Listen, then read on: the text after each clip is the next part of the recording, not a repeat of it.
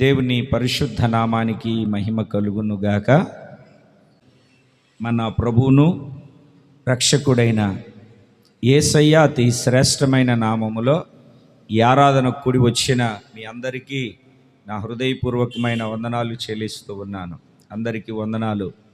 దేవుని మహా కనికరమును బట్టి, ఆయన సంకల్పమును బట్టి, ఆయన సన్నిధిలో చేరి ఆయనను స్తుతించడానికి, గణపరచడానికి మరలా దేవుడు మరొక తరుణాన్ని మనకు అనుగ్రహించాడు.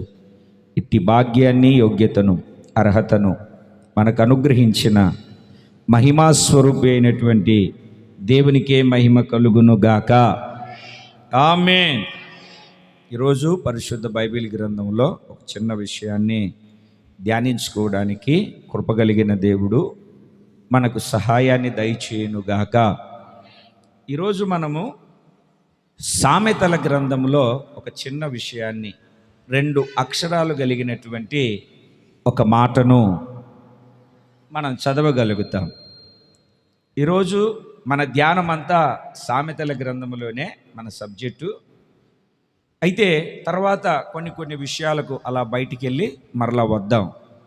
దేవుని బిడ్డలారా, చెప్పబడుతున్న, ప్రకటించబడుతూ ఉన్న ప్రతి మాట మన ఆధ్యాత్మికమైనటువంటి నడిపింపుకు, నడవడికకు ఒక ఉన్నతమైనటువంటి మార్గాన్ని చూపుతుంది దేవుని వాక్యం. వాక్యాన్ని మనం వినాలి, గ్రహించాలి.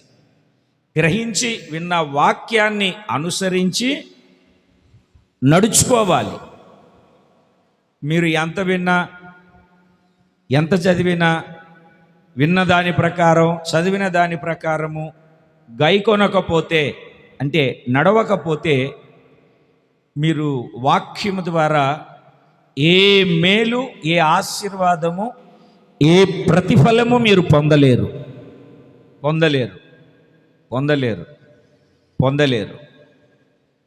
నిష్ప్రయోజనం అన్నమాట. బూడిదలో పోసిన పన్నీర్ అయిపోతుంది.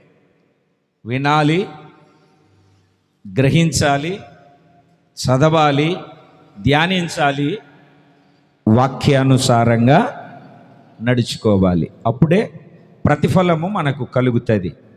పరిశుద్ధ బైబిల్ గ్రంథంలో, సామెతల గ్రంథంలో ఒక చిన్న విషయాన్ని నేను మీకు జ్ఞాపకం చేస్తూ ఉన్నాను.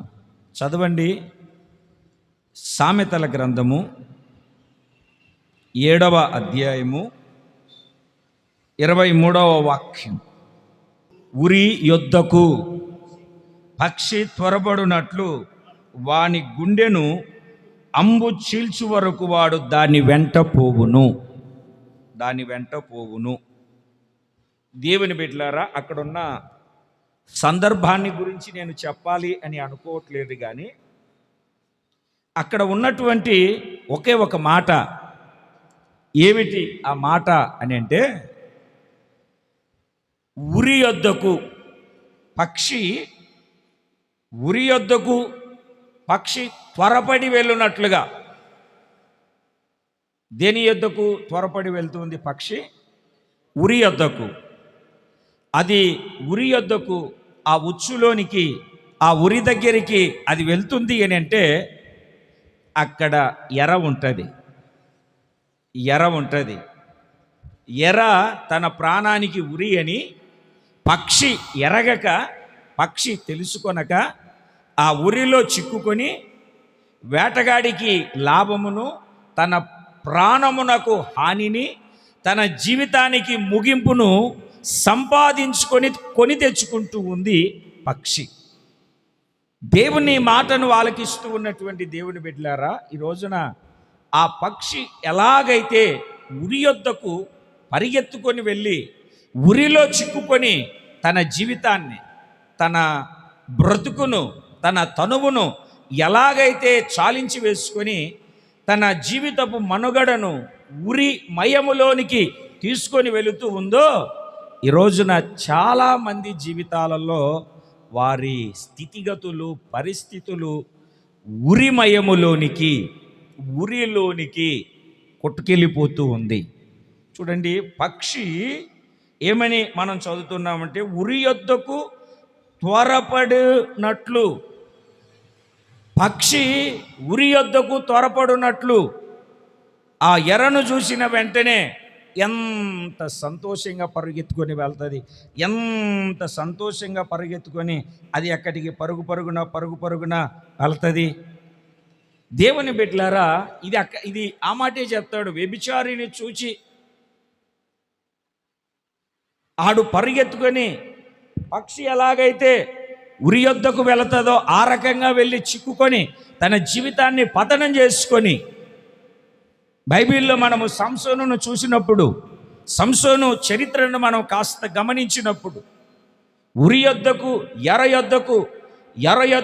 ఎరను చూసి ఉరి యొద్దకు పక్షి త్వరపడి పరిగెత్తినట్లుగా పరుగెత్తి ఇశ్రాయేలీయులకు రక్షకుడిగా ఉండవలసినటువంటి వాడు పట్టబడి తన నాజీరును, తన వ్రతమును, తన ప్రతిష్ఠితను కోల్పోయి క్షౌరము చేయించబడిన వాడై, దేవుడిచ్చినటువంటి బలమును కోల్పోయి బలహీనుడై సంకెళ్ళ చేత బంధించబడి 2 కన్నులు ఊడబెరకబడినటువంటి వాడై ఫిలిష్తీయుల చెరసాలలో తిరగలి విసురుతున్నవాడుగా. తిరగలి విసరడము అని అంటే ఆహారాన్ని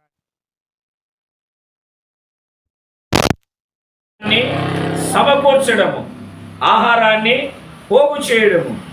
చెరసాలలో ఎవరుంటారు? దొంగలు. చెరసాలలో ఎవరుంటారు? అబద్ధికులు. చెరసాలలో ఎవరుంటారు? ప్రభుత్వానికి వ్యతిరేకంగా. చెరసాలలో ఎవరుంటారు? హంతకులు. చెరసాలలో ఎవరుంటారు? ఇక మనం మాట్లాడుకుంటూ పోతే ఎన్నో విషయాలు మనకు కనబడతాయి. దేవుని బిడ్డలారా, ఇప్పుడు రక్షకుడిగా, ఇశ్రాయేలీయులకు నాయకుడిగా, న్యాయాధిపతిగా ఉండవలసినటువంటి వాడు ఎరను చూసి ఉరి యొద్దకు పరిగెత్తి తన జీవితాన్నే ముగించుకొనవలసినటువంటి పరిస్థితి ఏర్పరచబడింది సంసోనుకు. దేవుని మాటను ఆలకిస్తూ ఉన్నటువంటి దేవుని బిడ్డలారా, మనము కూడా కొన్ని సందర్భాలలో ఉరి తెచ్చుకున్నటువంటి పరిస్థితులు ఒక్కొక్కసారి కొంతమంది చెప్తా ఉంటారు, లేనిపోని పెంటనంతా నెత్తి మీద పెట్టుకున్నాను. ఎవరు పెట్టుకోమన్నారు? ఆయనే చెప్తాడు, ఆమె చెప్తాడు. లేనిపోందంతా మాట్లాడండి, లేనిపోందంతా ఎవరు పెట్టుకోమన్నారు? ఎవరు పెట్టుకోమన్నారు? నేను చెప్పానా? దేవుడు చెప్పాడా? ఎవరు చెప్పారండి? నీకు నీవే అనవసరంగా పెట్టుకున్నానండి, అనవసరంగా చేసుకున్నానండి. దేవుని మాటను ఆలకిస్తూ ఉన్నటువంటి దేవుని బిడ్డలారా, వాక్యాన్ని జాగ్రత్తగా గమనించాలి, వాక్యపు సందేశాన్ని గుర్తుపట్టాలి. ఉరి ఏమిటి మనకు తెచ్చేది? ఆ ఉరి తెచ్చే అనుభవం ఏమిటి? పక్షి ఉరి యొద్దకు త్వరపడి పరిగెత్తినట్లుగా మన జీవితంలో, మన ఆధ్యాత్మికమైనటువంటి మనుగడలో మనము కూడా కొన్ని పనులను బట్టి, కొన్ని కార్యాలను బట్టి ఉరిని కొని తెచ్చుకుంటున్నాం. ఉరిలో మనము ఇరుక్కొని పోతూ ఉన్నాము. ఏది చేయాలో ఏది చేయకూడదు అర్థంగాక వ్యర్థమైపోతున్నటువంటి పరిస్థితి కలిగి మనము ముందు కొనసాగించబడుతున్నాం. అసలు ఏమిటి మనిషికి ఉరి? సామెతల గ్రంథంలోనే ఒక 4 మాటలు నేను మీకు దేవుని యొక్క వాక్యంలో నుండి జ్ఞాపకం చేస్తాను. ఏమిటి ఉరి? ఏం చేస్తే ఉరి వచ్చింది? పక్షి ఉరి యొద్దకు పరిగెత్తినట్లుగా ఏది నీ దగ్గరికి ఉరిని తీసుకొని వచ్చింది? ఏ అనుభవంతో నీవు ఉరిని కలిగి నడిపించబడుతూ ఉన్నావు? దేవుని మాటను ఆలకిస్తున్న దేవుని బిడ్డలారా, మొట్టమొదటిసారిగా ఇదే సామెతల గ్రంథంలో నీకు ఉరి ఏమిటో మొట్టమొదటి విషయాన్ని మనము దేవుని యొక్క వాక్యంలో నుండి చదువుకుందాం. పరిశుద్ధ బైబిల్ గ్రంథములో నుండి సామెతల గ్రంథము 12వ అధ్యాయము 13వ వాక్యాన్ని మనము చదివినప్పుడు, పెదవుల వలని దోషము అపాయకరమైన ఉరి, నీతిమంతుడు ఆపదను తప్పించుకొనును. పెదవుల వలని దోషము అపాయకరమైన ఉరి, మామూలు ఉరి కాదు, ఏ ఉరి ఈ ఉరి అని అంటే అపాయకరమైన ఉరి. ఏమిటి అపాయకరమైనటువంటి ఉరి అని అంటే దోషం. ఏ దోషము? పెదవుల వలన వచ్చినటువంటి దోషము. పెదవుల వలన వచ్చినటువంటి దోషము. దేవుని మాటను ఆలకిస్తున్నటువంటి దేవుని బిడ్డలారా, అందుకే దేవుని యొక్క వాక్యపు లేఖనం చక్కగా సెలవిస్తూ ఉంది. మనము గుర్తుపట్టాలి, జాగ్రత్తగా గమనించాలి. పెదవుల వలన దోషం. దేవుని మాటను ఆలకిస్తున్న దేవుని బిడ్డలారా, జాగ్రత్తగా మీరు గమనించాలి, గుర్తుపట్టాలి. అతని పెదవులు అంటే నీ పెదవులు ఎంత ప్రమాదకరమైనవో ఒకసారి ఆలోచించి. నాకు పెదవులు ఉన్నాయి కదా, పెదవిని ఎలాగ ఆడించినా పర్వాలేదు అని చెప్పేసి ఇష్టం వచ్చినట్టుగా నువ్వు నీ పెదవిని ఆడించావనుకోండి, నీవు ఆడిస్తున్నటువంటి నీ పెదవి నీకేం చేయబోతుంది అని అంటే ఉరిని తీసుకొని రాబోతుంది. ఉరిని తీసుకొస్తుంది. పెదవుల వలన దోషము అపాయకరమైన ఉరి. ఎలాగా? ఇదే సామెతల గ్రంథము 10వ అధ్యాయము 19వ వాక్యాన్ని మీరు జాగ్రత్తగా చదవగలిగినప్పుడు, విస్తారమైన మాటలలో దోషముండక మానదు, తన పెదవులను మూసుకొనువాడు ఏం చేయాలన్నా? పెదవులను మూసుకోవాలి. ఎంతవరకు మాట్లాడాలో అంతవరకే మాట్లాడాలి. ఏం మాట్లాడాలో అదే మాట్లాడాలి. దేని గురించి మాట్లాడాలో దాని గురించే మాట్లాడాలి. పెదవులు ఉన్నాయి కదా, నోరు ఉన్నాయి కదా అని చెప్పేసి మాట్లాడకూడదు. అందుకే పెద్దలు చెప్తారు, కాలు జారినా పర్వాలేదు, దెబ్బలు తగులుతాయి. నోరు జారితే మాత్రము అది చాలా ప్రమాదకరం. నిన్ను ఒక మనిషి హృదయంలో నేరస్తుడిగా నిలబెడుతుంది నీ మాట. అర్థమైందండి?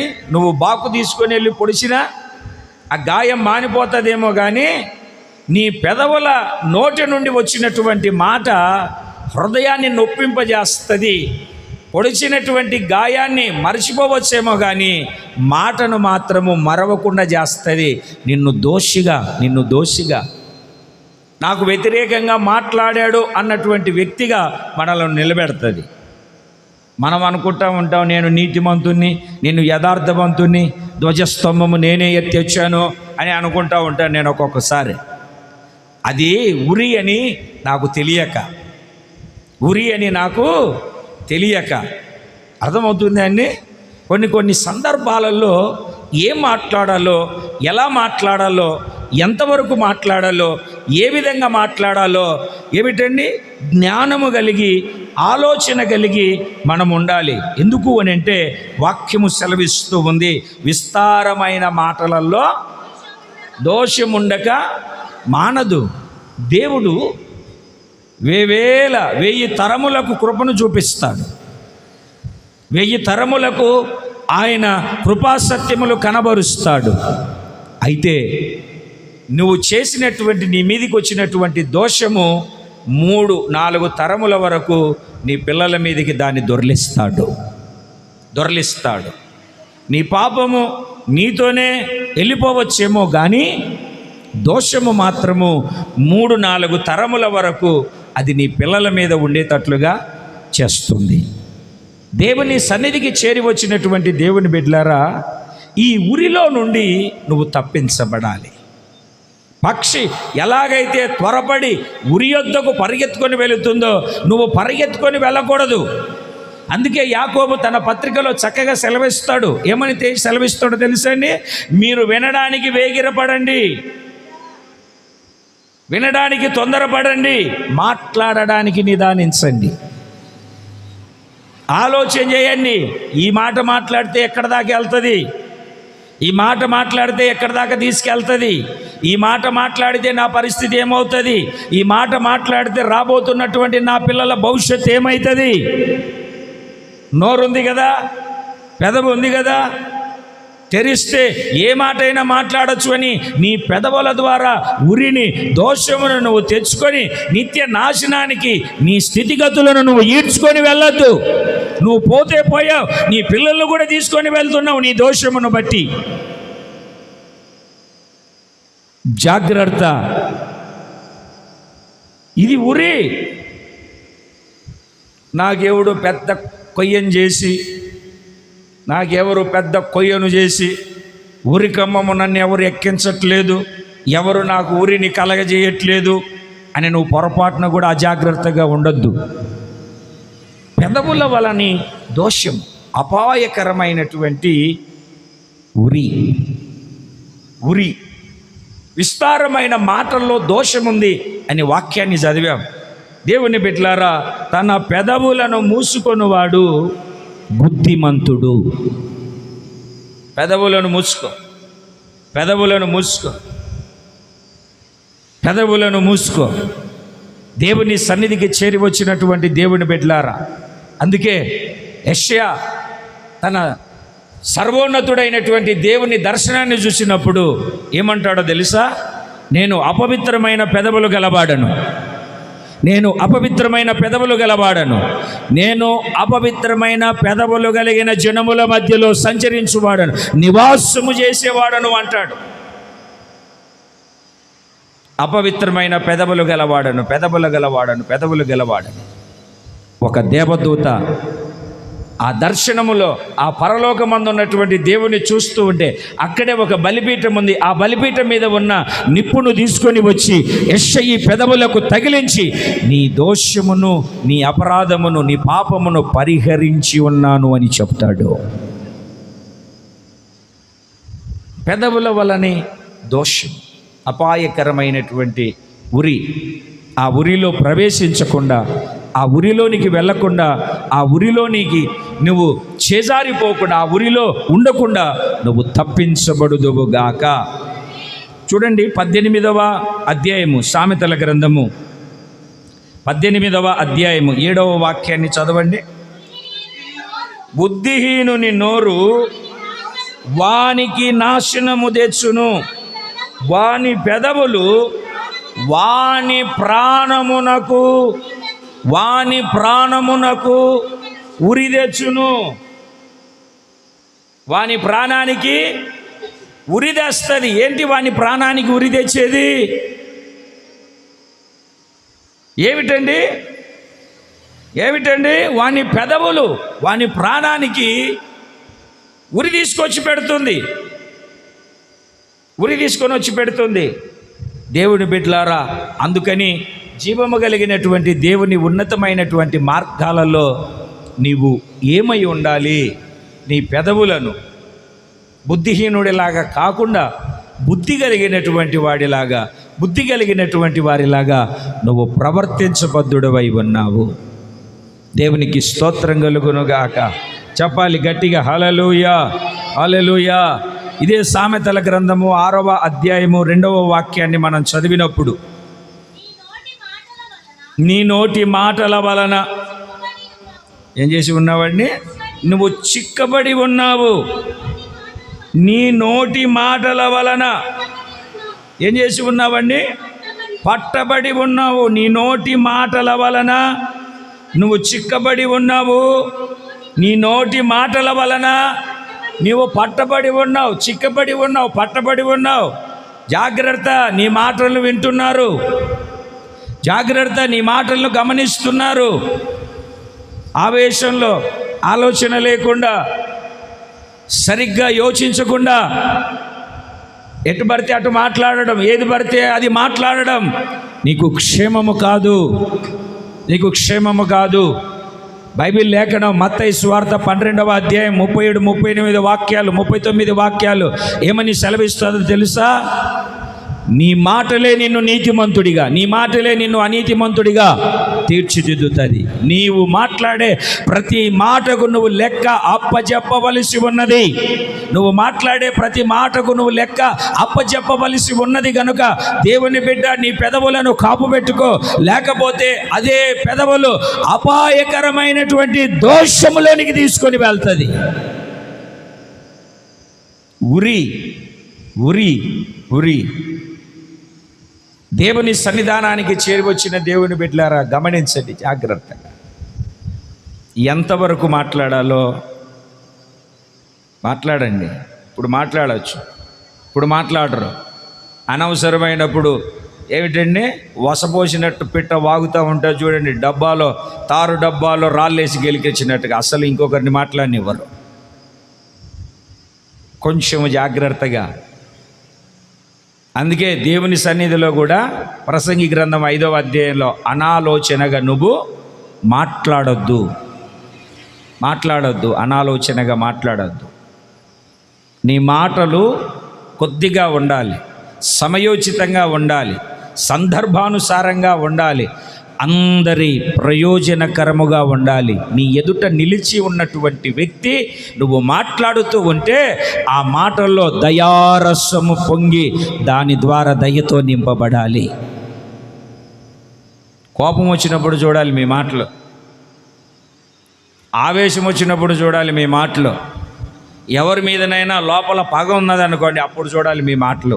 నా మాటలు కూడా ఏం మాట్లాడతామో మనకే తెలియదు, మాట్లాడేస్తూ ఉంటాం. అసలు ఆ సేవకుడా, లేకుంటే పెద్ద వ్యక్తి, లేకుంటే అతను ఏమన్నా అనుకుంటాడా, ఏముండదు. ఉందా, ఒక మాట అనేద్దాం, వదిలేద్దాం అన్నట్టుగా మాట్లాడుతూ ఉంటారు. దేవుని బిడ్డలారా, అది మనకు మంచిది కాదు, క్షేమము కాదు, ప్రయోజనకరము కాదు.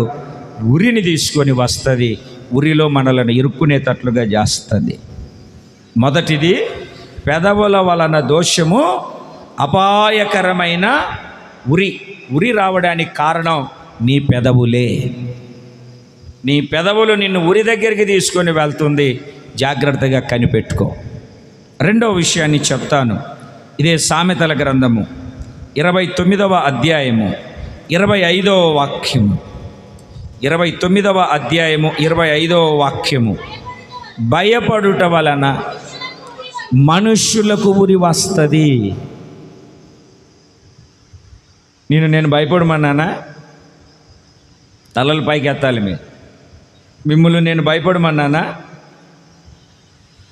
మాట్లాడరేంటి? అమ్మో చూడండి, మీరు బాగా చదువుతారులే. భయపడుట వలన మనుషులకు ఎవరు భయపడమన్నారు? నేను చెప్పానా? దేవుడు చెప్పాడా?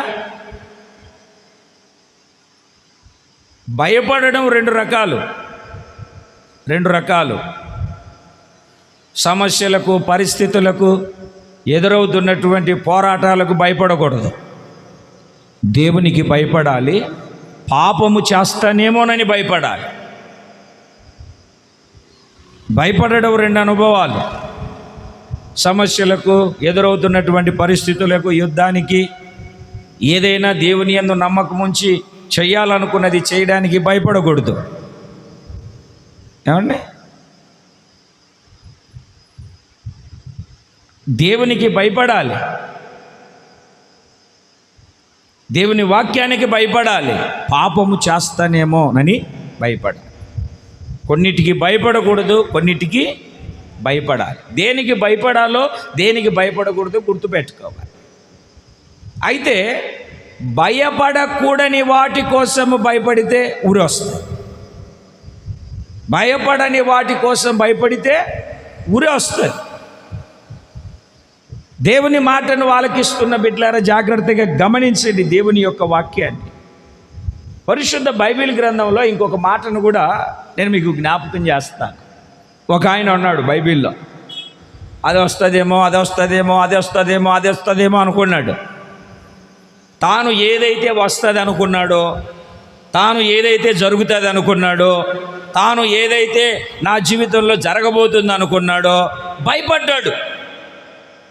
ఇది జరుగుతుంది, అది జరుగుతుంది అనుకోవడం పెద్ద విశేషం కాదు. అదే అనుకుంటూ, అదే ఆలోచన చేస్తూ, అదే అనుకుంటూ భయపడ్డాడు. అర్థమైందా? ఏమో కుడిసే లాగుతున్నట్టుంది, కొంచెం చిమ్ అనే తిమ్మిరిగా ఉన్నట్టుంది, గుండె నొప్పి వస్తుందేమో అనుకుంటే,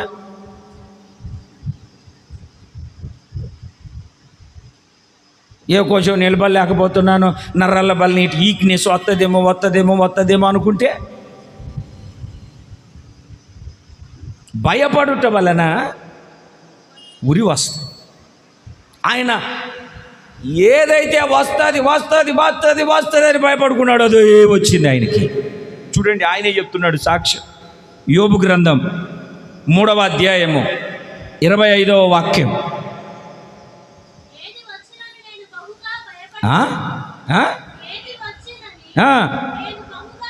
ఎలాగా బహుగా భయపడి తినో అదే నాకు సంభవిస్తుంది, అదే నాకు సంభవిస్తుంది. ఏది వచ్చునని నేను భయపడము కాదు, బహుగా భయపడ్డాడట. ఇది వస్తుందేమో, ఇలా జరుగుతుందేమో, వస్తుంది గది వచ్చా భయపడ్డాడు, అదే వచ్చింది. నీ భయమే నీకు ఉరి. నీతిమంతుడు సింహము వలె ధైర్యంగా నిలిచి ఉంటాడు. భయపడద్దు, పలాంది వస్తుందేమో, పలాంది జరుగుతుందేమో, పలాంది ఉంటుందేమో, భయపడద్దు.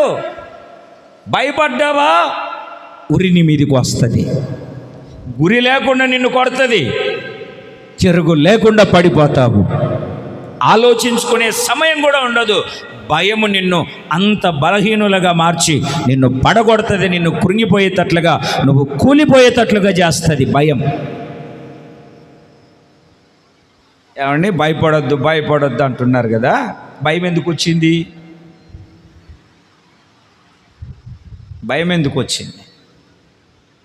ఎందుకు వచ్చింది భయం?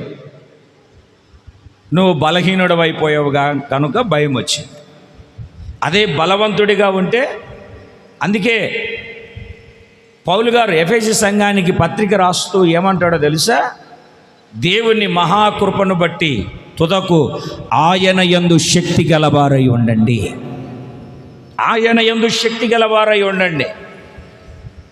శక్తి గలవారై ఉండండి. బలహీనుడు కావద్దు, భయపడద్దు. ఇది జరుగుతుందో జరగదో, ఇలా చేస్తానో చేయనో, ఇలా ముందుకు సాగనో, ఇలా నా జీవితంలో ఉండదో అని భయపడి నువ్వు బలహీనుడు అయిపోతున్నావు. ఏదైతే వస్తుందని నువ్వు బహుగా భయపడుతున్నావో అదే నీ మీదకి వచ్చి నీ మీద తిరుగుబాటు చేస్తుంది, నిన్ను కృంగిపోయేటట్లుగా, నువ్వు కృషించిపోయేటట్లుగా చేస్తుంది. అందుకని నువ్వు దేనికి భయపడొద్దు, ప్రతిదానిని నువ్వు ధైర్యంగా ఎదిరించగలగాలి. కృంగిపోవద్దు. శ్రమ దినమున నువ్వు కృంగిపోతే చేతగాని వాడవవుతావు. చేతగాని వాడవు కాకుండా ఉండాలంటే కృంగిపోకుండా ధైర్యంగా నిలిచి ప్రతిదీ ఎదురించగలగాలి. అంతటి శక్తిని నువ్వు పొందుకోవాలి దేవుని సన్నిధిలో. ఎందుకు భయపడొద్దు? 3 విషయాలు, 3 రెఫరెన్సులు చూపిస్తాను, చదవండి. అసలు ఎందుకు భయపడొద్దు, అలా ఎందుకు భయపడతావు కూడా అక్కడ వాక్యాన్ని చూస్తాం మనం. లూకా సువార్త 1వ అధ్యాయము 13వ వాక్యం. నీ ప్రార్థనలు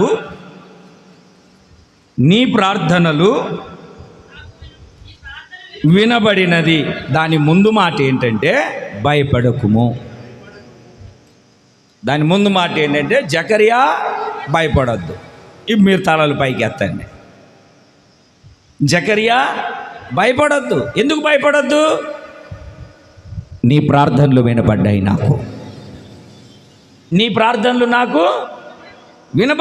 నేను విన్నాను.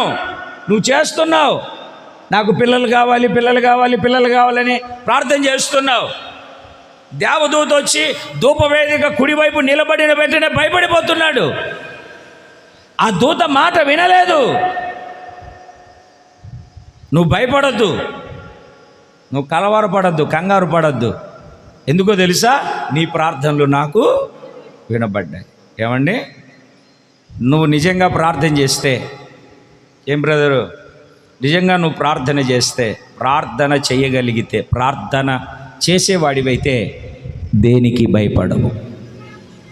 అసలు భయం అనేదే ఉండదు.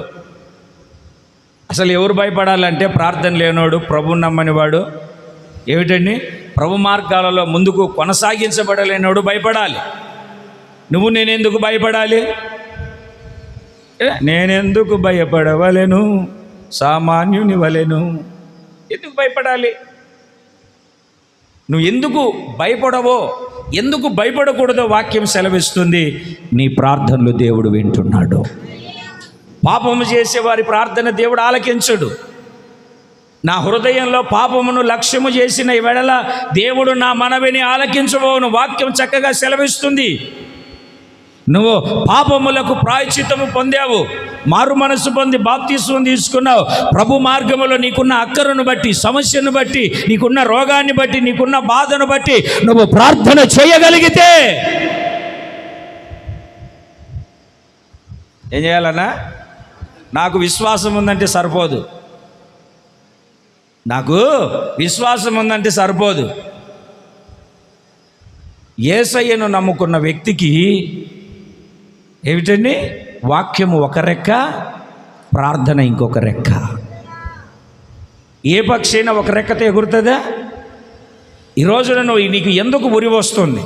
ఎందుకు నువ్వు భయపడుతున్నావు? ఎందుకు నువ్వు కలవరాలలో కృంగిపోతున్నావంటే ప్రార్థన లేక. మరి కొంతమంది ఉన్నారు, ఎప్పుడు ఏం ప్రార్థన చేయాలో, ఎక్కడ ఏ ప్రార్థన చేయాలో కూడా తెలియదు.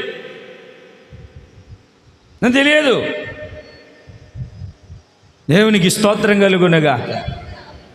ఒక ఆమెకు, అమ్మా పెళ్ళి జరుగుతుంది, పెళ్లి కుమారుడి దగ్గర ఏమండి 4 వారాల నుండి ప్రార్థనకు రాలేదని చెప్పేసి, అసలు ప్రార్థన ఇకపోతే బాధపడుతుందని, అమ్మా మరియమ్మ గారు ప్రార్థన చేయండి అని చెప్పాడు.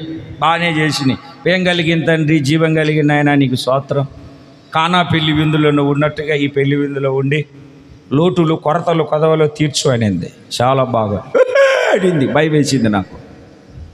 ఇప్పుడు దాకా బాగానే చేసింది. ఓహో అనింది. ఏంటి? ఏం లేదు నాయన, మా పెద్దమ్మ కొడుకు ఎవరితోనో లేచిపోయాడట, ఆడు ఎక్కడున్నా తీసుకురా నాయన. ఎక్కడా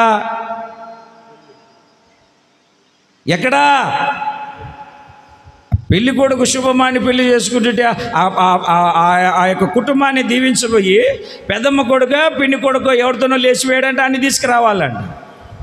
పోనీ అది బాగుంది. ఇంకొద్దిసేపు సాగదీస్తారు కదండి, ఇంకొంచెం అయినా కొంచెం సాగదీసి మరలా కేక. ఏంటా అని అప్పుడు ఒక్క కన్ను తెరిచాను, ఇప్పుడు 2 కళ్ళు తెరిచాను నేను. ఏం చేస్తుందా ఈ మనిషి అని. నాయనా మా పెద్దమ్మ కూతురుకు పక్షవాయు వచ్చి మనసులో పడిపోయింది, ఒకసారి ముట్టి స్వస్థపరచు నాయన. ఎక్కడా?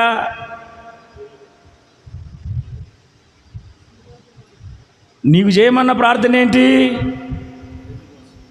నీకు ఇచ్చిన ఏమిటండి సందర్భం ఏమిటి? నీకు ఇచ్చిన సందర్భం ఏమిటి? దేవునికి స్తోత్రం కలుగును గాక.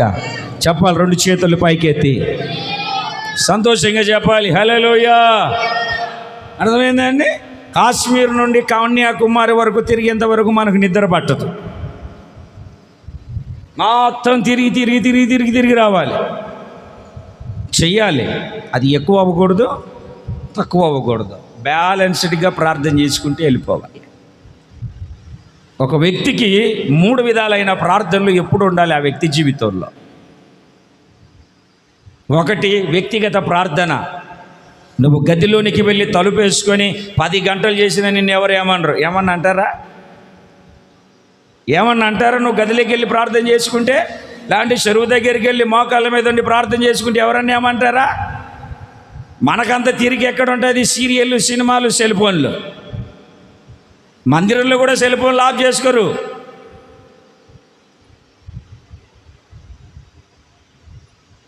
ఆఫ్ ఉండదు, టీవీ స్విచ్ ఆఫ్ చేయము. కొంతమందికి నువ్వు గదిలోకి వెళ్ళి ప్రార్థన చేసుకో, ఎంతసేపు అయినా ప్రార్థన చేసుకో. 2వది కుటుంబ ప్రార్థన. ప్రతి కుటుంబంలో ఉండాలి. నేను సేవ ప్రారంభించిన రోజు నుండి ఇదే మాట సందర్భం వచ్చినప్పుడల్లా చెప్తూనే ఉంటాను. దానికి ఒక టైం ఉంటుంది, లిమిట్ ఉంటుంది. అందరూ కూర్చొని ప్రార్థన చేసుకోవాలి కదా. నీ అవసరాలు ఏంటో, నీ కుటుంబ అవసరతలు ఏంటో ఏమిటండి 4-5 అంశాలుగా పొందుపరుచుకొని, ఎవరన్నా నీ కోసం ఏదన్నా సమస్య చెప్తే అక్కడే నువ్వు ప్రార్థన చేసి, సేవకుల కోసం, సంఘం కోసం ప్రార్థన చేసి ముగించాలి. 1 గంటో గంటన్నరో టైం ఉంటుంది. అలా కాదు, ఏదన్నా అంశం ఇచ్చి ప్రార్థన చేయమనుకున్నాడు, ఒక అంశం కోసమే ఏమిటండి గంటన్నర చేసేవనుకో ఎట్లా ఉంటుంది? ఈయనకేమో కడుపు మాడిపోతూ ఉంటుంది, వంట రూమ్లోకి వెళ్ళి పెట్టుకొని తింటూ ఉంటాడు. ఆ బాధ తట్టుకోలేక మొత్తం నీళ్ళు, ఆ కూరలో అన్నంలో కూడా నీళ్ళు పోసేస్తాడు. అవైనా అంతే చేస్తూ ఉంటే వెళ్ళేసి తినేసి వాళ్ళు శుభ్రంగా పడుకుంటారు. అప్పుడు నువ్వు కళ్ళు తెరుచుకొని రావాలి, ఏముండదు అప్పుడు నీకు, మాడిపోయిన చెక్కలు తప్ప కింద. కుటుంబంలో చేసుకునే ప్రార్థనకు ఆ సందర్భం ఏమిటి, ఎంతసేపు చేయాలి? కొందరైతే ప్రార్థన చేసినట్టే ఉండదు, కరివేపాకు వేసినట్టే తాలింపులో స్తోత్రం స్తోత్రం స్తోత్రం అడుగుచున్నాం తండ్రి. ఏం స్తోత్రమో ఏం శాతమో కూడా అర్థమవుతుంది. నీ ప్రార్థన దేవుని సన్నిధిలో వినబడేటట్లుగా ఉండాలి. 1 గదిలోనికి వెళ్ళి నువ్వు రహస్యంగా వ్యక్తిగతంగా చేసుకునే ప్రార్థన. 2వది కుటుంబముతో కలిసి కుటుంబములో మీరు చేసే ప్రార్థన. 3వది సంఘములో చేసే ప్రార్థన. ఇది ఎట్లా ఉండాలంటే తాలింపు పెట్టినట్టుగా ఉండాలి. సంఘంలో చేసే ప్రార్థన ఎలాగ ఉండాలి? ఎన్ని రోజులు పెడతారు సంఘంలో తాలింపు? ఎన్ని రోజులు పెడతారు? ఎన్ని గంటలు పెడతారు అమ్మా? వారం రోజుల? గంట సేపు పెడతారు తాలింపు? 5 నిమిషాల? మరే 5 నిమిషాలు పెడితే ఎవడుండరు ఇక్కడ, దగ్గుకుంటా తుమ్ముకుంటా. కూర కూడా విషయం అయిపోద్ది. తాలింపు పెడితే కమ్మని వాసన రావాలి, వెళ్ళేటోడు కూడా అబ్బా ఈరోజు ఇట్లాంటి కూర మా ఇంట్లో ఉంటే బాగుండను అలా తాలింపు పెడితే. కొందరు నాకు కూరలు పెడతా ఉంటారు కదండి, ఆ బొగ్గుల పైన తేలాడుతూ ఉంటాయి మిరపకాయలు, ఎల్లుల్లిపాయలు, కరివేపాకు, పట్టుకుంటే నల్లగా అయిపోద్ది చేతికి. మరి ఎన్ని రోజులు పెట్టిందో తాలింపు? బాగుందా పాస్టర్ గారు కూర? బాగుండేనా? బాగలేదంటానా? మాట్లాడారేంటండి? బాగలేదంటానా?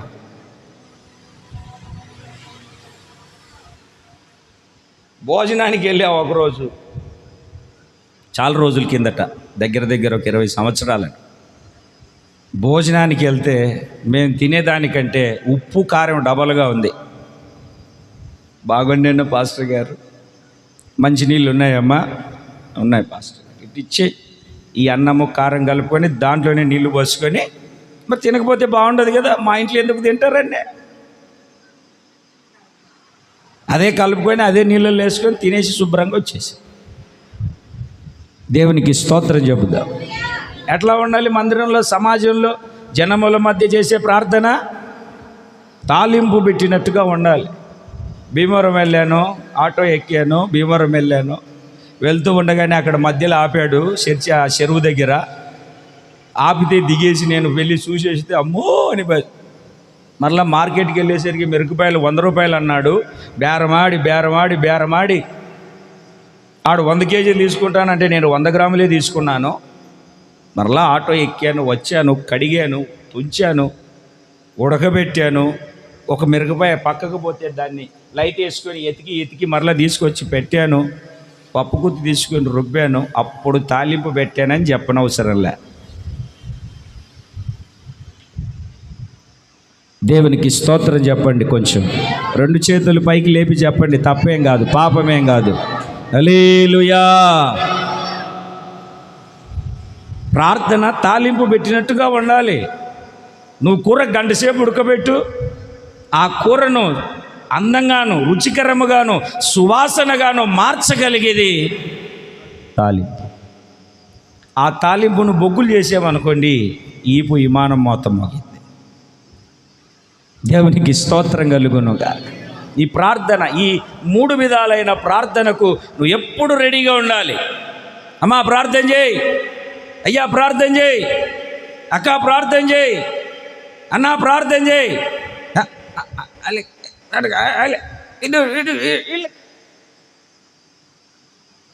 ప్రార్థన అన్న వెంటనే నేను మనోళ్ళే బయటికి వెళ్ళాం, అసలు బయట సంఘాలు మనోళ్ళే ప్రేరేపణ కలిగిన వాళ్ళు ఎవరైనా ఉంటే ప్రార్థన చేయండి అంటే దొంగకోళ్ళు కట్టుకున్నట్టుగా చిట్టు చూస్తారు తప్ప నోరెప్పి ప్రార్థన చేయరు, ప్రార్థన చేయరు. మరి దేవుడు ఎందుకు ప్రేరేపించట్లేదో అడగాలి ఆయన్ని కొంచెం. నా దేవా నా సంఘాన్ని ఎందుకు ప్రేరేపించట్లేదు దేవా ప్రార్థనకు?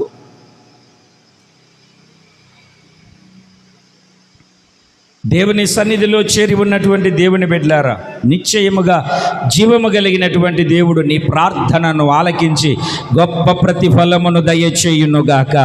భయపడొద్దు, నీ ప్రార్థన వినబడింది. దేవుడు వినేంత వరకు నువ్వు ప్రార్థన చేయగలగాలి. నీ దగ్గరికి జవాబు వచ్చేంత వరకు నువ్వు ప్రార్థన చేస్తూనే ఉండాలి. రెండవ విషయాన్ని చూడండి మీరు. ప్రార్థన నువ్వు ఎందుకు భయపడొద్దు అంటే నీ ప్రార్థనలు వినబడి ఉన్నాయి కనుక నువ్వు భయపడొద్దు. ఆదికాండము 26వ అధ్యాయము 24వ వాక్యం.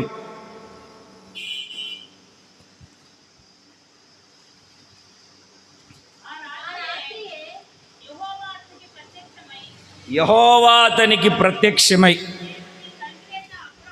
దేవుడను నేను నీకు తోడై ఉన్నాను గనుక భయపడొద్దు. రెండు చేతులు పైకెత్తి గట్టిగా దేవునికి స్తోత్రం చెప్పండి. నేను నీకు చెప్పాలి, నేను నీకు ఎవరు తోడై ఉన్నారు అని అంటే దేవుడు తోడై ఉన్నాడు. సర్వశక్తి కలిగిన దేవుడు తోడై ఉన్నాడు. నీకు తోడై ఉండేది నరుడు కాదు, నీకు తోడై ఉండేది రాజకీయ నాయకుడు కాదు, నీకు తోడై ఉండేది శరీరి కాదు, నీకు తోడై ఉండేది నజరేయుడైన యేసు. భయపడద్దు, ధైర్యంగా ఉండు. ఎందుకు భయపడుతున్నావు తెలుసా?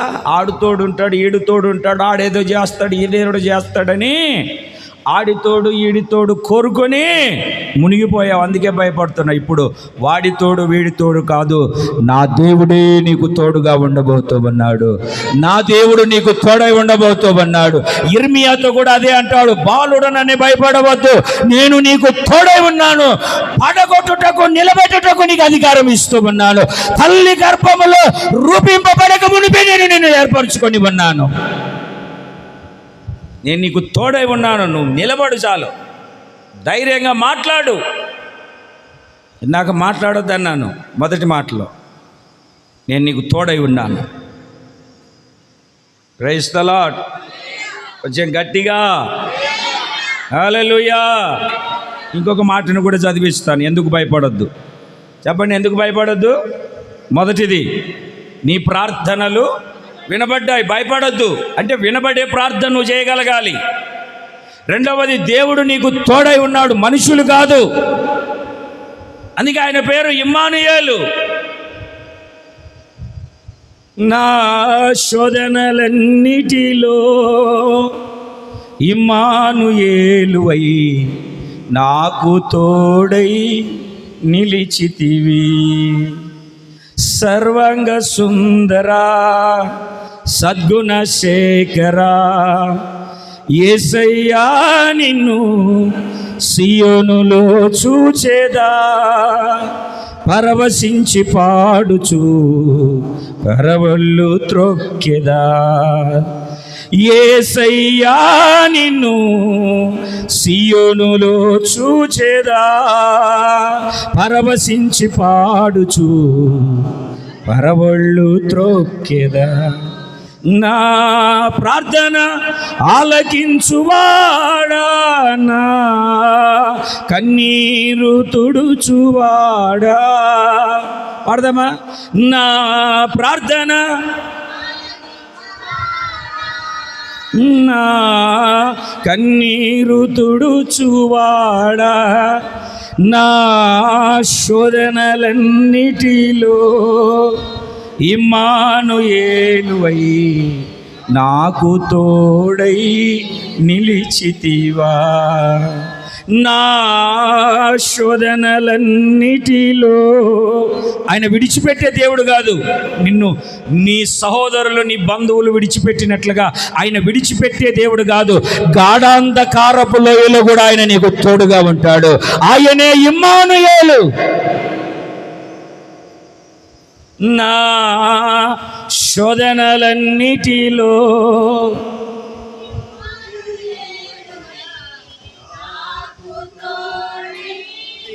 నిలిచితివా సర్వాంగ సుందరా సద్గుణ శేఖరా.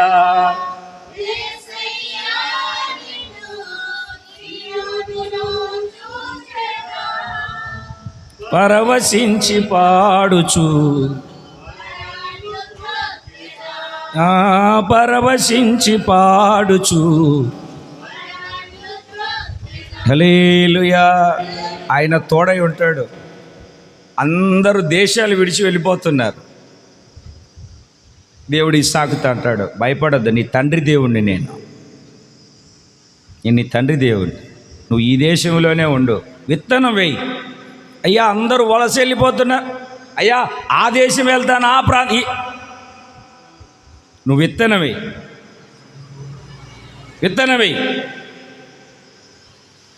దేవుడు నిన్ను ఆశీర్వదిస్తాడు. ఆ దేశం ఈ దేశం కూడా వెళ్ళాల్సిన అవసరం లేదు. నువ్వు నిజంగా దేవుని నమ్ముకొని ఉంటే. నమ్మకం లేనివాడు అటు ఇటు పరిగెత్తుతాడు. నమ్మకం ఉన్నాడు ధైర్యంగా. స్తోత్రం చెప్పండి గట్టిగా. ఏంది అంతేనా? గట్టిగా అంటే అంతేనా? దేవునికి స్తోత్రం కలుగునగా. ఇంకొక మాటను చెప్తాను, ఎందుకు భయపడొద్దో ఇంకొక మాటను చెప్తాను. రూతు గ్రంథం 3వ అధ్యాయం 11వ వాక్యం.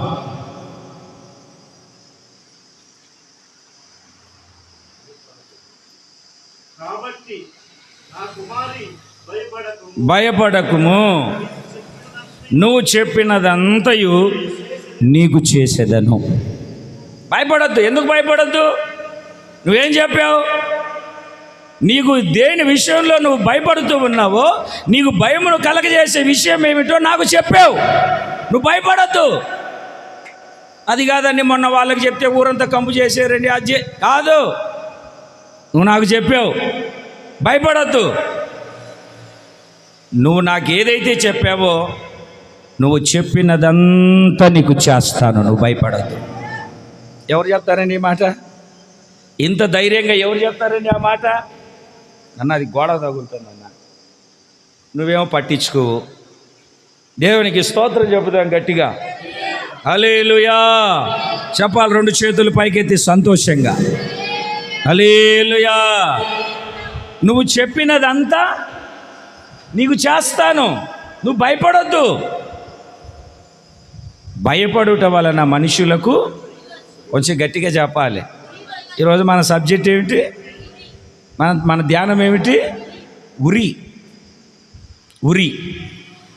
భయపడద్దు. ఉరి వస్తుంది భయపడితే.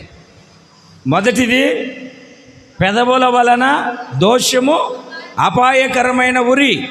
రెండవది భయపడుట వలన ఉరి. ఎందుకు భయపడద్దు? ప్రార్థన విన్నాడు ఆయన, ఎందుకు భయపడద్దు? తోడై ఉన్నాడు ఆయన, ఎందుకు భయపడద్దు? నువ్వు ఏదైతే చెప్తావో అదంతా చేస్తాడు ఆయన, అందుకు భయపడద్దు. మరొక విషయాన్ని చెప్తాను. ఇదే సామెతల గ్రంథంలో 22వ అధ్యాయము 25వ వాక్యం. సామెతల గ్రంథం 22:25.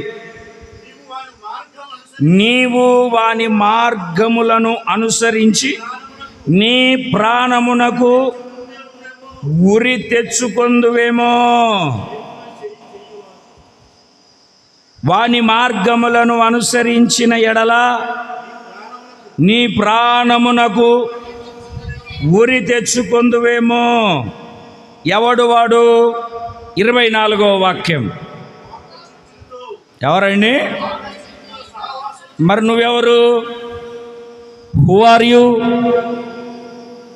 ఎవరి మార్గాన్ని అనుసరించదు? ఎవరి మార్గాన్ని అనుసరించద్దు. ఊ అంటే కోపం, ఆ అంటే కోపం. కోపచిత్తునితో సహవాసము చేయకుము, క్రోధము కలిగిన వానితో అసలు పరిచయం కూడా పెట్టుకోవద్దు. నరుని కోపము దేవుని నీతిని, లోకంలో మన సామెత తన కోపమే. మరి అటువంటి వాటితో ఏమంటుంది వాక్యము? వాని మార్గంలో నడవద్దు, వాని మార్గాన్ని అనుసరించొద్దు. ఎందుకంటే నీ ప్రాణమునకు ఉరి తెచ్చుకుంటావు. బాగా కోపంగా ఉన్నట్టున్నమ్మడి హైదరాబాద్కి వెళ్ళండి, జనరల్లో మామూలు కోపం కాదు, భయంకరమైన కోపం ఉన్నవాడితో వెళ్ళండి. సీటీ లేదని వాడు ఎవరితోనో ఒకరితో కోపం కదండి, వాడు తాబేలుమని చేసుకుంటాడు. వాళ్ళు 10 మంది ఉంటారు, 10 మంది 10 పదులు వేస్తే 100 దెబ్బలు నీకు పడతాయి, ఆడికి పడతాయి. కాల్లో కీలో ముఖమంతా వాసిపోతుంది, లేదంటే పళ్ళు ఊడిపోతాయి. అవునా కాదా? ఏమన్నీ మాట్లాడారు ఏంటండి మీరు? ఎవరితో సహవాసం చేయొద్దు, అది నీకు ఉరి. అది ఏదో ఒకటి, ఆ కోపంలో ఏదో ఒకటి చేసేస్తాడు, ఏదో ఒకటి అంటాడు. దేవునికి స్తోత్రం కలుగునుగా. ఏదో కొందామని షాపుకి వెళ్ళాం, ఆడికి అంత కోపం అని నాకు తెలియదు. వెళ్ళి బేరం ఆడితే ఏమీ ఇవ్వలేదు.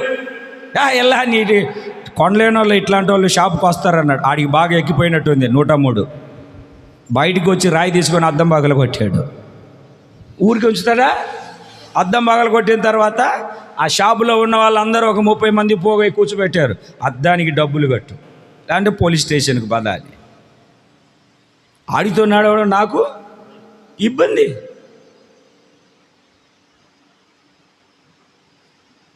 ఇబ్బంది. కోపచిత్తునితో సహవాసం చేయొద్దు. ఎందుకో తెలుసా? వాని మార్గమును అనుసరించి నీ ప్రాణమునకు ఉరి తెచ్చుకుందువేమో. ఇంకొకడు ఉన్నాడు, వాడు ఎవడంటే చేతిలో చెయ్యి వేసేవాడు, అంటే ప్రమాణం చేసేవాడు, అప్పులకు పూటపడేవాడు. వీళ్ళిద్దరితో నువ్వు సహవాసం చేయొద్దు. మా అమ్మ చెప్పేది, రే అప్పులోన నమ్మడి చెప్పులోన నమ్మడి ఎప్పుడు వెళ్ళొద్దురా అని. ఏందమ్మా అంత గట్టిగా చెప్పావు? నిజమే రా, వెళ్ళకూడదు రాళ్ళతో కూడా.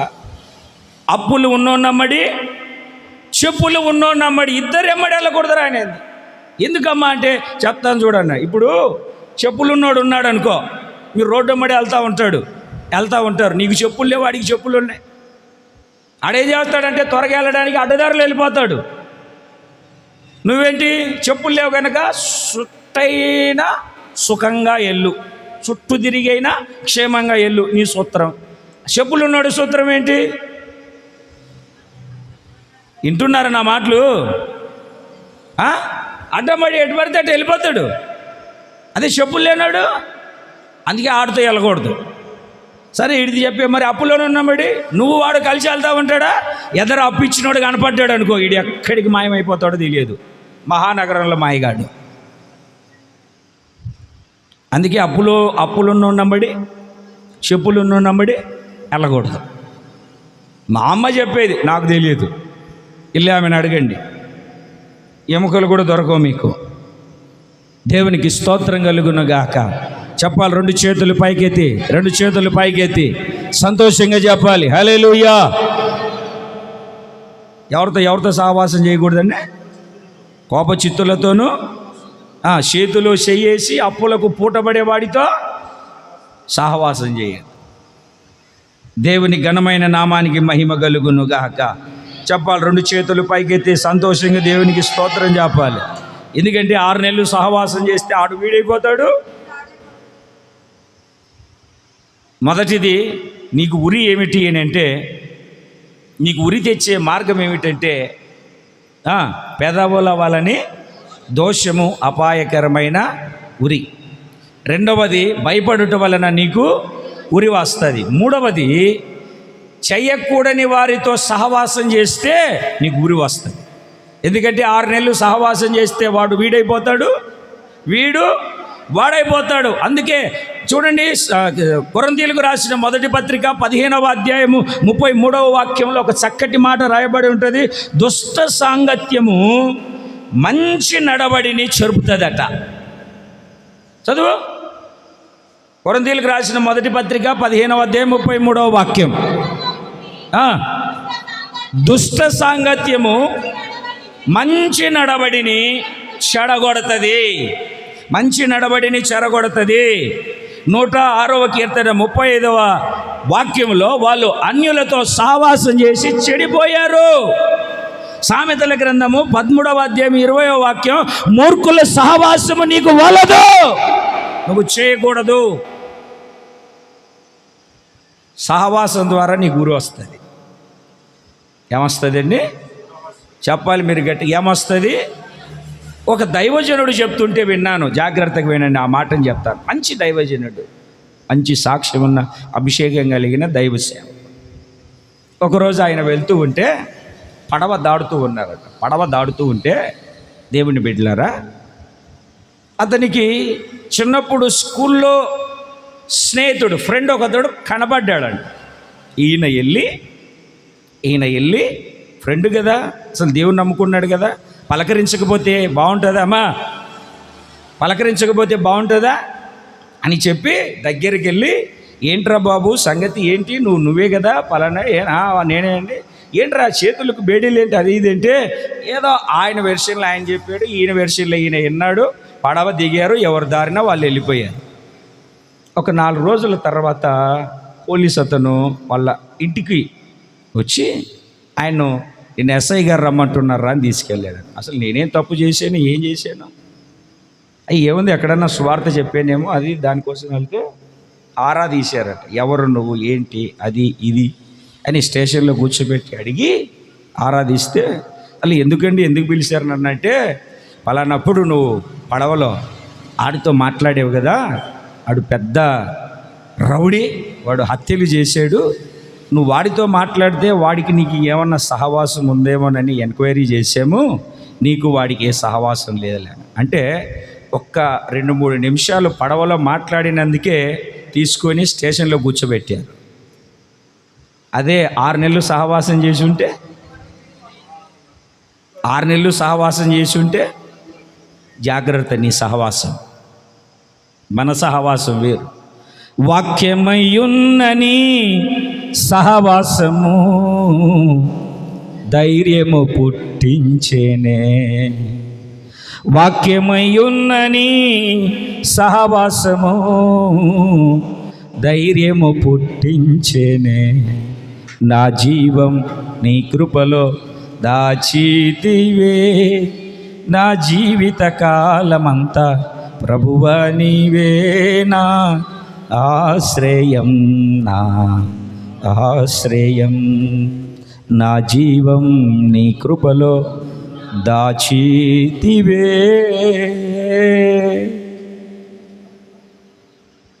ఆఖరికి ఒక మాటను చెప్పి ముగిస్తాను, ప్రార్థన చేసుకో. చెప్పనా ఆఫ్ చేయనా? గట్టిగా నాకు వినబడాలి కదా, ఏంటంటే ఎట్లా చెప్పనా ఆఫ్ చేయనా? మీరు చెప్పమంటున్నారు, ఇలా అనట్లేదుగా, కోమాలోకి వెళ్ళిపోతున్నారు, వీళ్ళు వరుస పెట్టుకున్నారు. చెప్పనా ఆఫ్ చేయనా? మళ్ళీ బాధపడకూడదు, నాకెందుకు, మీరే చెప్పమన్నారు. సామెతల గ్రంథం 20వ అధ్యాయం 25వ వాక్యం. వివేచింపక అమ్మా ప్రతిష్ఠితమని చెప్పుటయు, మ్రొక్కుకొనిన తర్వాత దానిని గూర్చి విచారించుటయు ఒకనికి ఉరియగును. ఏంటంటే ఉరియగును. మళ్ళా చదవండి ఒకసారి.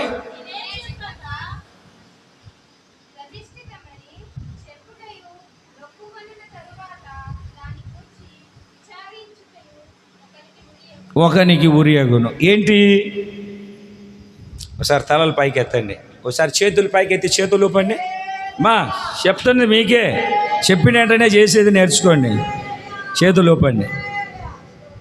ఏంటి ఇప్పుడు చదువుకున్న వాక్యం ఏంటి? మీకు అర్థమవుతారు. అక్కడ మందిరం వేద్దాం. ఎంతమందికి ఇష్టం ఉంది? హల్లెలూయా. ఆ మందిరం వేయడానికి ఒక 3-4 లక్షలు అయిపోద్ది. రాసుకో, నా 90,000. ఇంటికి వెళ్ళిన తర్వాత ఆమె ఇవ్వమంటే కదా ఇది బాధ. ఇస్తానన్నాడు, ఇయ్యలేదు, ఇయ్యలేదు, ఇయ్యలేదు, ఇయ్యలేదు. అది ఉరి. అది అదేగా వాక్యం చెప్పేది. మళ్ళా చదువు గట్టిగా. 1 ప్రతిష్ఠితమని చెప్పుటయు, మ్రొక్కుకొనిన తర్వాత అన్నానే ఎందుకన్నాను, దేనికన్నాను అది అనుకునే బదులు నేనంటాను దేవుడే పలికించాడు అనొచ్చుగా. చెప్పరేంటండి, అనొచ్చా అనకూడదా? పాస్టర్ గారు భోజనాలు లేను, 4 రోజుల మీటింగులో నేనే పెట్టేస్తా. ఊరికే అన్నానే 10,000 పోతుంది, 10,000 పోతుంది.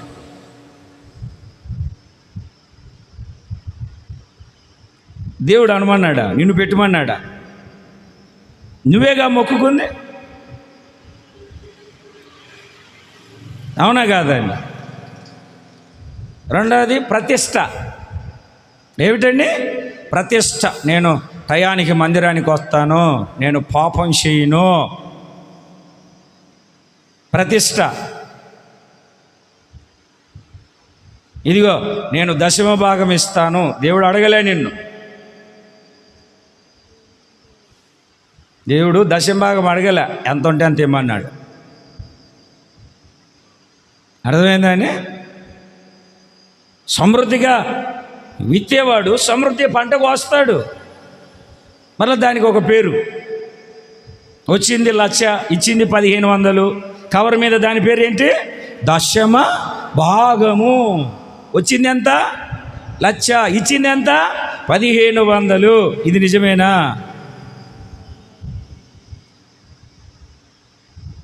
ఏంటంటే మరలా చదవండి, బాగుంది ఆ మాట.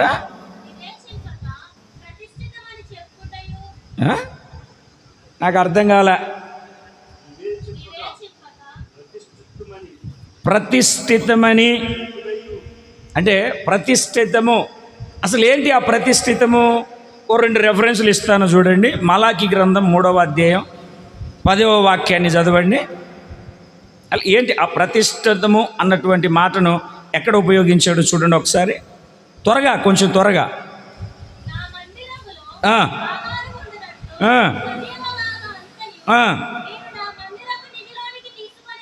ఎక్కడికి తీసుకొని రండి? 8వ వాక్యాన్ని చూడండి. త్వరగా. అదెంత కాదు, చదువు.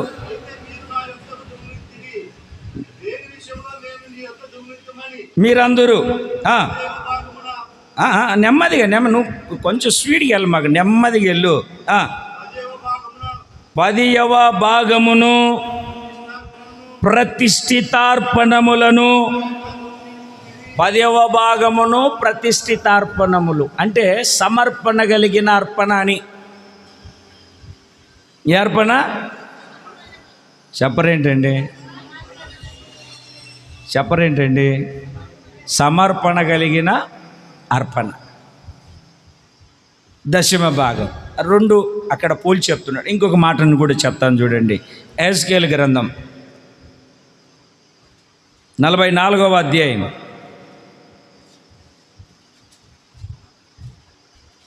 30వ వాక్యం.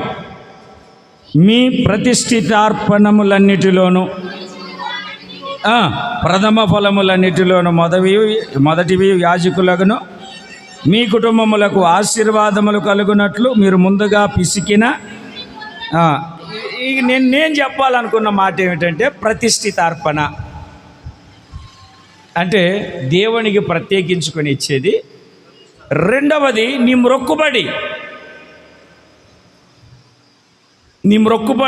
అన్న మొక్కుకుంది, అయ్యా నువ్వు నాకు ఒక బిడ్డనిస్తే, నా నిందను తొలగిస్తే ఆ బిడ్డను నేను నీకు ప్రతిష్ఠిస్తాను. ఆడి తల మీద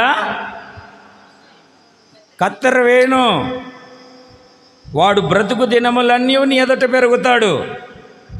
మనకు ఏమండి ఓ బిడ్డ పుట్టిన వెంటనే ఆడికి చిన్నపిల్లాడు, వాడికి జ్ఞానం కూడా లేదు. 66 రకాల హెయిర్ స్టైల్. పిల్లి బరికి ఇక్కడ కాట్లు పడ్డట్టుగా ఏమండి, కాట్లు. నేను కూడా చేయించుకుంటే బాగుండునేమో, కాకపోతే మధ్యలో లేదు కదా. భలే రకాల హెయిర్ స్టైల్ చేస్తూ ఉంటారండి. బయట వాళ్ళు కాదు, భక్తులే. భలే భలే భలే భలే భలే స్టైల్. దేవునికి స్తోత్రం కలుగునుగా. దేవునికి ప్రతిష్ఠించే అనుభవం లేదు, సమర్పించే అనుభవం లేదు. అది నీకు ఉరేమో చూడు.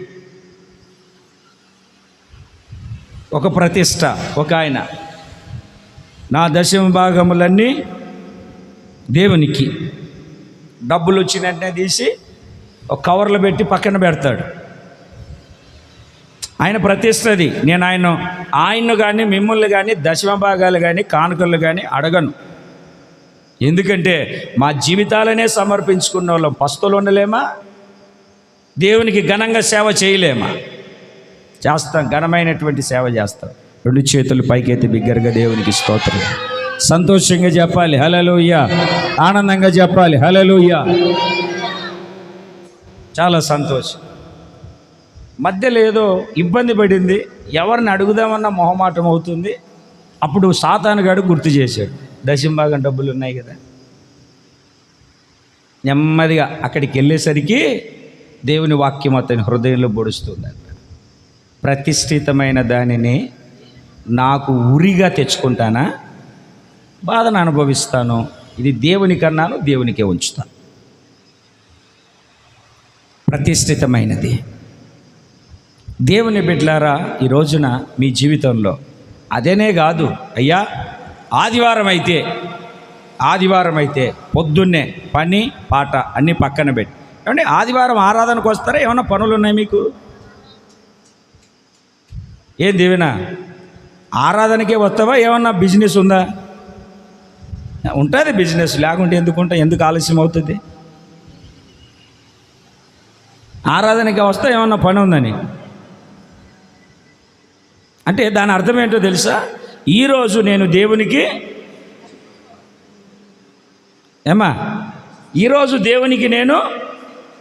ఈరోజు ఉండే 3 గంటలు లేదా 2.5 గంటలు ఒక్క నిమిషం కూడా వేస్ట్ చేయకుండా నేను తల్లిగారు, రక్షణ కుమారి తల్లిగారిని బట్టి చాలా సంతోషిస్తాను. ఎంత బాగలేకపోయినా సరే, ఇక్కడ ఆ పాత మందిరం అక్కడ ఉన్నప్పుడు వెనకొచ్చి పడుకునేది. ఆ పడుకోవడం కూడా ఎంతసేపు కాదు, 1 పాట 2 పాటలు పాడేంతవరకు మరలా లేచి కూర్చొని చప్పట్లు కొట్టుకుంటూ ఆనందించి, అంటే మందిరంలో ఉండాలి, మందిరంలో గడపాలన్న ఆసక్తి ఆ తల్లిగారికి. అదే ఆ తల్లిగారికి ఉన్న ఆ ఆసక్తే తన పిల్లలను కానీ తనను కానీ కుటుంబాన్ని కానీ కాపాడుకుంటూ వస్తుంది ఈరోజు వరకు. అది మనందరిలో ఉండాలి. అది ఆమె చెప్పరు, మీరు నాకు తెలుసు, మీరు చెప్పరు. దేవునికి స్తోత్రం కలుగునుగాక. చెప్పాలి గట్టిగా హల్లెలూయా. ఏమంటే పొద్దున్నే వస్తాడు, వంట వండుతాడు, మళ్ళీ వెళ్తాడు. ప్రారంభ ప్రార్థన ముగించక మునిపే కుటుంబంతో సహా దేవుని మందిరంలో ఉంటారు. రమేష్, మన ప్రతిష్ట దేవుని సన్నిధిలో కనబడాలి. అలాగే లైటు దేవునికి ఇచ్చావనుకో, వినండి, లైటు దేవునికి ఇచ్చావనుకో, ఎక్కడ ఉండాలి లైటు? ఎక్కడ ఉండాలి? దేవుని మందిరంలోనా, నీ ఇంట్లోనా? అదే ఈరోజు వాడుకోవడానికి ఇస్తున్నానండి అంటే మళ్ళా రేపు మన అర్పణ ఎక్కడ ఉండాలి? దేవునిలో ఉండాలి. దేవునిలోని తీసుకెళ్ళకూడదు. దేవునిలో దగ్గర నుండి ఏది తీసుకెళ్ళకూడదు. దేవునికి తీసుకొచ్చి ఇచ్చేది నేర్చుకోవాలి. అప్పుడు పరిచర్య అభివృద్ధి చెందుతుంది. ఇక్కడ ఎవరు లేరు అట్లాంటి వాళ్ళు. ఆన్లైన్లో ఉన్నారు కదా కొంతమంది, వాళ్ళ కోసం దేవునికి స్తోత్రం కలుగునగాక. 2 చేతులు పైకెత్తి సంతోషంగా చెప్పుదాం. ఏది ఉరి? ప్రతిష్ఠితార్పణ. అంటే ఆ ప్రతిష్ఠితలో లేకపోవడమే ఉరేమో. దేవునికి మొక్కుకొనిన దానిని ఏమిటండి? విచారించి ఎందుకు చేశాను ఆ మాట అనకపోతే బాగుండను విచారించొద్దు. అది నీకు ఉరి అవుతుంది. నీ మాట అవునంటే కాదంటే కాదు. నిన్ను ఇక్కడ ఎవ్వరు కానుకలు అడగరు. ఇస్తేనే రా లేకుంటే సావని ఇక్కడ ఎవరు చెప్పరు. ఒకటి చెప్తున్నాను, మీరు ఇచ్చినా ఇవ్వకపోయినా ఏం అభ్యంతరం లేదు. వచ్చి దేవుని సన్నిధిలో నిలిచి దేవుణ్ణి హృదయపూర్వకంగా ఆరాధించండి. రాబోతున్న దినాలలో దేవుడు నిన్ను ఆశీర్వదిస్తాడు. దేవుడు నిన్ను ఆశీర్వదించిన తర్వాత నీవే సమస్తాన్ని చేసుకుంటే వెళ్ళిపోతావు. నాకు ఆ ధైర్యం ఉంది. ఉరి తగలకుండా మోకరించండి, ప్రార్థన చేసుకుందాం.